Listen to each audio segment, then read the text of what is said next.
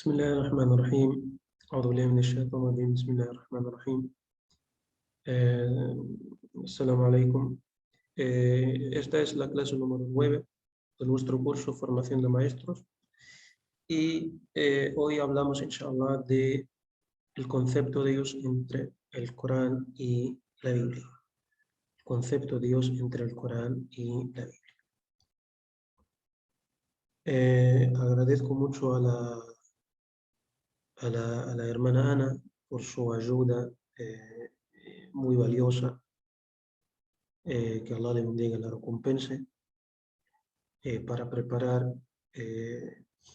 este diseño, alhamdulillah, este PowerPoint que utilizo en las clases.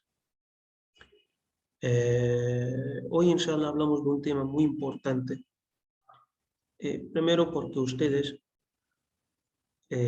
todos ustedes ya tenían antes como religión el cristianismo, ya con sus diferentes iglesias, con sus diferentes tendencias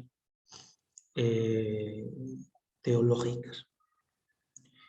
Y esta clase tiene una importancia especial por dos razones. Primero, ya te das cuenta del gran cambio que tú encuentras en el Islam. Y por eso yo siempre digo a los hermanos y hermanas que el cambio fundamental y más importante que el Islam brinda a las personas es tener claro quién es Dios, cuáles son sus cualidades, cuáles son sus atributos divinos. Este cambio no es un cambio sencillo, porque las personas con respecto a Dios, la mayoría de la gente con respecto a Dios están confundidas. La mayoría de las personas están confundidas con respecto a quién es Dios, cuáles son sus cualidades, cuáles son sus atributos. Incluso acerca del nombre de Dios. Las personas utilizan el nombre de Dios creyendo que el creador de cuanto existe se llama Dios, pero no es así. Ya yo creo que me acuerdo de haber hablado, aunque fue de forma breve, acerca de este punto, el nombre de Dios. Y la palabra Dios es un término genérico, nada más. Es como decirte a ti, ser humano. Ser humano no es tu nombre, es tu género. Nadie te dice, hola ser humano, ¿cómo estás ser humano? No. Dios es así también, la palabra Dios, el término Dios es un término genérico. Y este término es un término que acepta plural, acepta femenino, masculino, incluso diminutivo, singular, plural. Y el nombre de Dios, un nombre propio, no acepta eso. Por ejemplo, usted se llama José. Nosotros no podemos decir que existe o que exista el plural de José, Josés. No, eso no existe. O Juan, Juans. No, tampoco existe así. O cualquier nombre, por ejemplo, no sé, nombre como Candela, una mujer que se llama María, no se le puede decir que Marías. No, eso no existe. Tu nombre es tu nombre propio, así que Dios también tiene un nombre propio. El creador tiene un nombre propio. Dios es un nombre genérico, nada más. El nombre propio y específico de Dios es Allah. Es Allah. E inshallah hablaremos detalladamente de este punto, inshallah. Y hoy hablamos de un tema de suma importancia también porque pone en evidencia el problema o la confusión que produce la Biblia, que causa la Biblia para las personas, que es una gran confusión, un contenido contradictorio que nosotros vamos a ver hoy.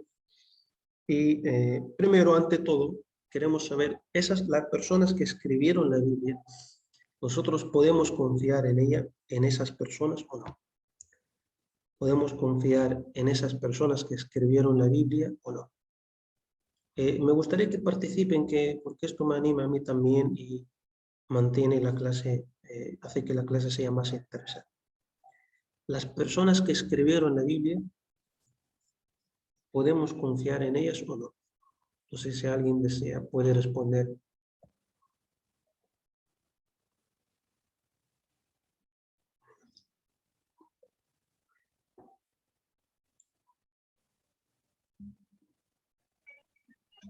Salam aleikum, hermano. Feliz noche. Alaikum salam. Esta pregunta se la hago yo también a algunas personas que defienden mucho los textos bíblicos. Y yo siempre les pregunto cómo pueden confiar en un texto que fue compilado, editado y seleccionado por personas que persiguieron a Jesús, que incluso antes de nacer ya lo buscaban para matar. Esa duda la siembro yo, inshallah, siempre cada vez que puedo en las personas que defienden a capa y espada los textos bíblicos, hermano. Muy bien, hermana. Esta es una observación muy inteligente de su parte. Esta es una observación muy importante porque una parte importante de la Biblia llamada el Antiguo Testamento está formada por las personas que intentaban matar a Jesús, que perseguían a Jesús. Jesús se escapaba de ellas, de esas personas, como explica la propia Biblia en el Nuevo Testamento. Y Jesús se mantenía escondido durante tiempo y predicaba en secreto porque tenía miedo de que les capturara, le capturaran a él. Y fíjese, que Allah le bendiga, hermano Ángel, estamos hablando del Antiguo Testamento, no del Nuevo, del Antiguo en concreto, del Antiguo Testamento. Y esta observación importante que hizo la hermana Fátima realmente es lo que vamos a decir al principio. Las personas que escribieron el Antiguo Testamento, y el Antiguo Testamento contiene información detallada, información, podemos decir, extensa, demasiada información sobre Dios y sobre los profetas. Sobre Dios y sobre los profetas. Los que escribieron el Antiguo Testamento son los que intentaron matar a los profetas. Son los que intentaron matar a los profetas. Y realmente mataron a profetas. Mataron a profetas. Parte de los judíos, gran parte de ellos, desmentía a los profetas y los perseguían.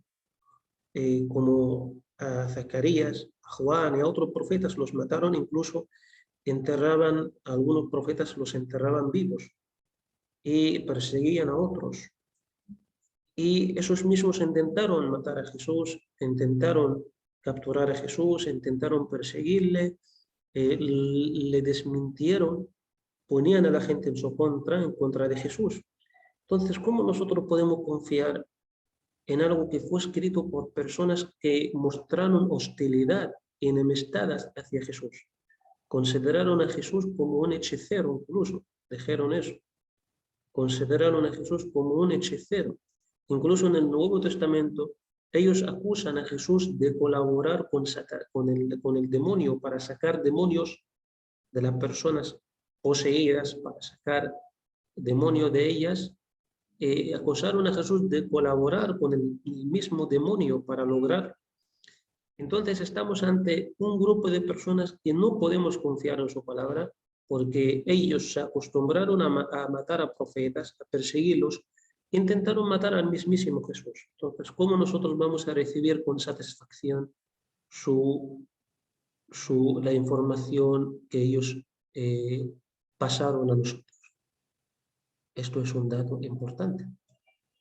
Esto es algo que no se menciona mucho y no se habla mucho.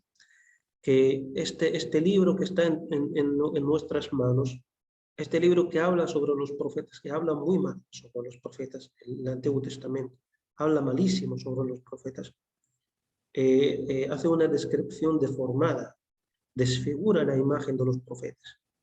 Y ya desde que haremos una clase para hacer una comparación entre los profetas en el Corán y los profetas en la Biblia, pero quien escribió en la Biblia tenía algo en contra de los profetas.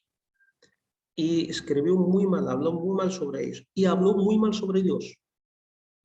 Habló muy mal sobre Dios. Atribuyó a Dios atributos o cualidades defectuosos, deficientes. Y hoy veremos ejemplos. Inshallah. Y por eso vemos que Jesús, como se registra en la Biblia, en el Nuevo Testamento, en Mateo 23, 37, Jesús se dirigía a los judíos diciendo: Jerusalén, Jerusalén, es decir, los habitantes de Jerusalén en ese tiempo: Jerusalén, Jerusalén, la que mata a los profetas, que apedrea a los que Dios te envía. Jerusalén, Jerusalén, la que mata a los profetas y apedrea a los que Dios te envía. Se refiere a los profetas y mensajeros de Allah, y que los judíos desmentían a los profetas, mataban a algunos y perseguían a otros, les apedreaban incluso y enterraban a algunos profetas vivos, los enterraban vivos. Se acostumbraron a eso, lamentablemente, y por eso no fueron dignos de conservar y de recibir el mensaje de Allah y la Iglesia. Entonces, nosotros estamos ante un libro cuyo escritor o cuyos escritores son personas desconfiables para nosotros. Son personas que ya tenemos más que una razón para dudar de su veracidad, para dudar de su sinceridad.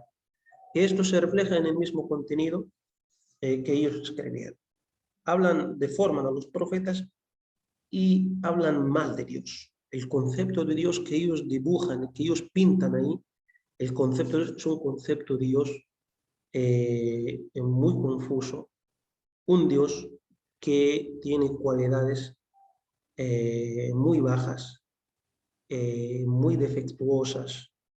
Tiene, bueno, no son cualidades, digamos, características defectuosas, deficientes, deformadas totalmente. Y veremos un ejemplo de ese concepto de Dios allí puesto en la Biblia. No sé si alguien desea comentar o participar, puede hacerlo en sala. Aquí hablamos en primer lugar de uno de los asuntos importantísimos que son mencionados en la Biblia y creídos por nuestros amigos cristianos. Se trata del descanso. Se trata del descanso, que Dios necesitó descansar. Y aquí habla de la creación del mundo, de los cielos y la tierra, y luego de la creación, luego de haber creado, Dios necesitó descansar y respirar. El séptimo día, como dice aquí en Génesis, normalmente yo cito la Biblia latinoamericana y a veces la nueva versión internacional.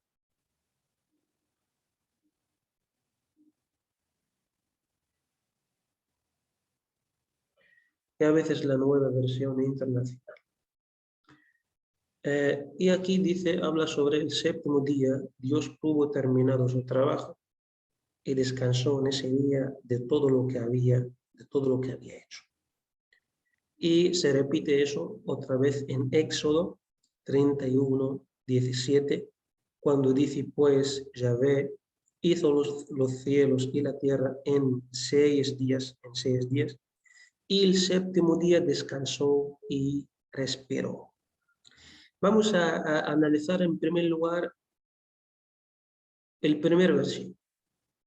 Me gustaría, antes de mostrarles una cosa importante, me gustaría que ustedes me digan una cosa. Cuando dice aquí el séptimo día concluyó su trabajo, el séptimo día Dios tuvo terminado su trabajo. ¿Eso qué significa? Que Dios concluyó, que Dios remató el trabajo el séptimo día y descansó en ese día después de haber concluido el trabajo. ¿Eso qué significa? ¿Qué es lo que entienden ustedes? ¿No les parece aquí, ustedes no vislumbran como una confusión?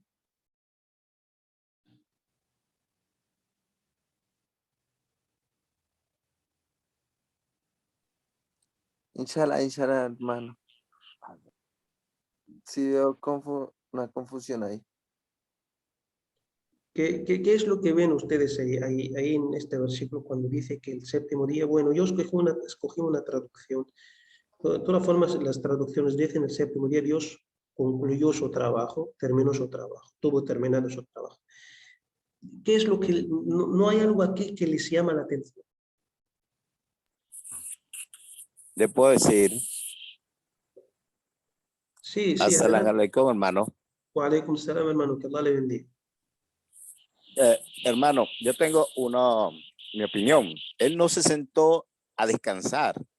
Él se sentó a admirar su creación para ver dónde había una falla, para él continuar mejorando y perfeccionando. Pues tenemos un Dios perfecto. Él solamente estaba admirando su creación.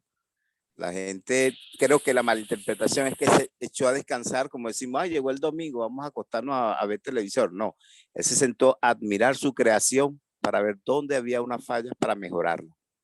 Es mi punto de vista. Esta interpretación Hermano. que usted acaba de dar, Hermano. espera, por favor, para responder al hermano, inshallah, ustedes pueden. Nuestro hermano, el doctor Joel, como usted acaba de decir, dice es su punto de vista. Pero no cualquier punto de vista será, digamos, aceptada a la luz del texto que nosotros estamos leyendo. Una interpretación debe ser apoyada, reforzada con evidencia para poder darle, digamos, credibilidad clara. Bueno, autenticidad. Y aquí, si nosotros abrimos la puerta para cualquier interpretación, podemos nosotros escuchar diferentes interpretaciones. Pero aquí el segundo versículo lo explica con más claridad cuando dice el séptimo descansó y respiró. Y supongamos que aquí el texto quería decir que Dios se sentó a admirar su creación. ¿Por qué no lo dijo así? ¿Por qué no dijo simplemente que Dios se puso a admirar su creación? ¿Por qué? ¿Acaso faltaban palabras? No. ¿Por qué se escoge un versículo, un término tan confuso, digamos, aunque para mí no está confuso el término? Un término que hace que las personas interpreten, según, entre comillas, interpreten mal un atributo o una acción, una obra de Dios. ¿Acaso no podía decir simplemente Dios se puso a admirar? Esto por un lado. Por otro lado, Dios no necesitaba admirar o buscar algún fallo en su creación porque Dios no comete fallos, no comete errores. Y el otro versículo que viene después aquí en Éxodo 31, 17, explica con más claridad cuando dice el séptimo día descansó y respiró. Yo de todas formas no puedo entenderlo de otra forma porque necesito una evidencia para entender la palabra descansar y respirar de otra forma. Esto por un lado. Por otro lado, ¿acaso esto no se podía decir de otra forma? Yo como musulmán sé que Dios no necesita descansar. Y ahora vamos a mostrar qué es lo que dice el Corán al respecto, porque Allah en el Corán responde a esto. Yo sé sin duda alguna que Dios no necesitó descansar, nada de eso, ni respirar, ni nada de eso. Pero ¿acaso no existía otra forma para hablar bien de Dios? ¿Acaso no encontraron una forma mejor para hablar sobre el creador de cuanto existe? Brindar interpretaciones, digamos, hermenéuticas,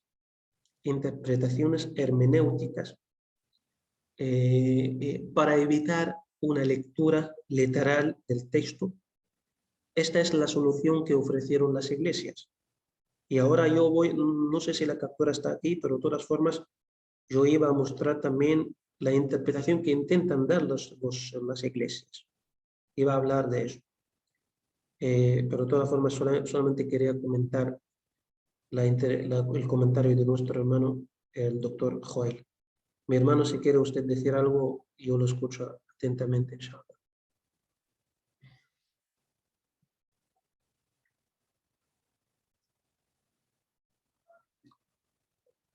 El hermano doctor Joel, adelante, yo lo escucho si usted desea comentar algo, hermano. Muy buena su aclaratoria. Dios no se sentó a esperar ni a descansar, porque como hemos leído y nos han enseñado en las enseñanzas anteriores, valga la redundancia, es que Él no necesita descansar. Él solamente, ¿qué quería esperar? Tampoco estaba esperando nada, sino Él hizo su creación, y usted nos abrió los ojos, como decís, para poder entender mejor la interpretación o la lectura de lo que dice el Corán.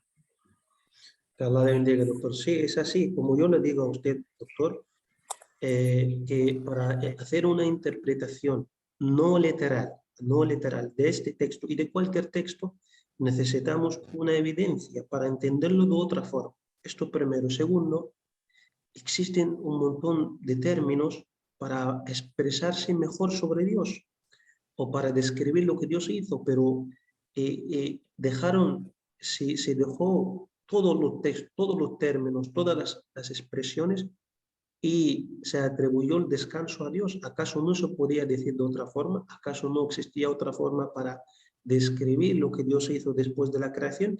Entonces aquí es un texto que habla sobre Dios, que Dios descansó y esperó. Entenderlo de otra forma necesitaría de una evidencia. ¿Qué es lo que dicen las iglesias cristianas? Yo leí la interpretación adventista, por ejemplo, y otras interpretaciones de otras iglesias. Adventista. ¿Qué es lo que dicen? Dicen que Dios escoge términos adecuados para nosotros, para que nosotros entendamos mejor lo que Dios hizo. O dicen que Dios nos da el ejemplo. ¿Acaso Dios no escogió los profetas para que ellos nos den el ejemplo? Porque ellos, iguales que nosotros, son humanos. Por eso los profetas no pueden ser ángeles, no pueden ser demonios, no pueden ser de los genios, sino solamente personas, seres humanos, para darnos el ejemplo, para que nosotros tomemos el ejemplo de ellos. Segundo, ¿acaso no había otra forma de describir lo que Dios hizo? ¿Acaso Dios no posee todas las habilidades para expresarse de la mejor forma? Ya se agotaron todos los términos, todas las palabras, y solamente encontró la palabra descansó y esperó. ¿No existió otra forma? No puede ser. Entonces, ¿quién escribió esto? Es una persona que no recibía ningún tipo de revelación. Es una persona también que tiene una actitud, podemos decir, tiene una tendencia a confundir a las personas y a hablar mal sobre Dios. Porque quien compuso este libro, es decir, el Antiguo Testamento, son personas que perseguían a los profetas y mensajeros. Y por eso en el Antiguo Testamento se habla muy mal sobre los profetas y mensajeros. Y de esto ya hablaremos detalladamente. Aquí vemos que hay la hermana Blanca y la hermana Marwa. La hermana Marwa había levantado la mano primero. Y adelante, hermana Marwa, y después de usted, la hermana Blanca puede intervenir. Assalamu alaikum wa rahmatullahi wa barakatuh, y hermanos presentes. Pues en referencia a los textos, pues estaba haciendo la pregunta, lo único que refleja en mi interpretación personal es que tenían la necesidad inherente de demostrar que Allah estaba cansado. El término de respirar es tras un esfuerzo, tras una fatiga. Y lo único que reflejan es la humanización de Allah para justificar el cansancio. Y ambos textos da pues, la base a creer a cualquier persona de que Dios es tan humano como nosotros, para poder refutar la creencia de que parte de Dios es humano y así avalar la visión que tienen ante una Santísima Trinidad o ante la humanización o encarnación de Dios en la tierra mediante el profeta Jesús y la pasea con él. Esta es una buena comprensión e interpretación. Usted quiere decir que eso como ellos querían alguna para preparar a las personas de la idea de la encarnación, preparar a las personas para que aceptaran la idea de la encarnación, o ese concepto humano de un Dios humanizado, de un Dios encarnado en forma humana. Y de todas formas, estos son atributos que claro que humanizan a Dios, humanizan al creador de cuanto existe, y realmente son atributos defectuosos, deficientes, y Dios está por encima de ellos, está por encima de cualquier desperfección, está por encima de cualquier desperfección. Pero aquí hay algo que ustedes no lo percibieron. Aquí hay un error muy importante, hermanos. Aquí hay un error que ustedes aún no percibieron. Está en la primera frase, el séptimo día Dios tuvo terminado su trabajo. Digamos, el séptimo día Dios concluyó su trabajo. ¿Puedo participar, inshallah? Sí, claro, hermana. Usted es una de las maestras, pero se me permite porque la hermana Blanca había pedido la palabra antes de usted. Si usted me permite, claro. La hermana Blanca puede hablar. Salam aleikum, hermano. He escuchado con atención todo lo que usted ha explicado y tengo dos notas, ¿no? Primero que la Biblia en el Antiguo Testamento y toda la Biblia, ¿no? Ha sido escrita en 3 idiomas diferentes, siendo que Jesús hablaba arameo, pero la Biblia fue escrita en griego y otros 2 idiomas más. Es por eso que tal vez la interpretación al español, al castellano, ha sufrido varias modificaciones. Antes de que usted continúe, pero estos textos en otros idiomas es el mismo. Es decir, dice que Dios descansó y respetó. Sí, por eso yo le digo, aparte de eso que hay una Biblia, una de las primeras Biblias que se trató en el Concilio de Trento, que también sufrió modificaciones. Ahora, estos libros del Antiguo Testamento tampoco han sido inspiración divina como se lo ve en el Nuevo Testamento de los 4 Evangelios. Han sido transmitidos de generación en generación y han sido también escritos en una base de 1000 años. Estamos hablando de 900 antes de Cristo y de 100 después de Cristo. Entonces, sí se ha sufrido bastante las modificaciones y contradicciones que tiene la Biblia. He estado leyendo atentamente y vemos que todas las cosas importantes que pasa siempre ha sido el séptimo día. Ahora, como le decía, del Concilio de Trento se tomó el séptimo día. ¿Por qué? Porque tenían que ubicar un día a la semana para que se dediquen exclusivamente a Dios. Tenemos religiones que son sabatistas, Esta es una buena observación, sí. Esta es una buena observación de su parte. Yo leí un comentarista bíblico, dijo una cosa que me llamó la atención. Dijo que ellos tomaron el sábado, pero realmente no se especifica en qué día empezó la creación. Por ejemplo, si claro, empezó el lunes, entonces el séptimo día sería un martes, ¿no? Sería otro lunes, otro martes. Claro, Y sí, él como comentaba que no tienen por qué escoger el sábado porque el sábado no se especifica en qué día de todas formas empezó la creación.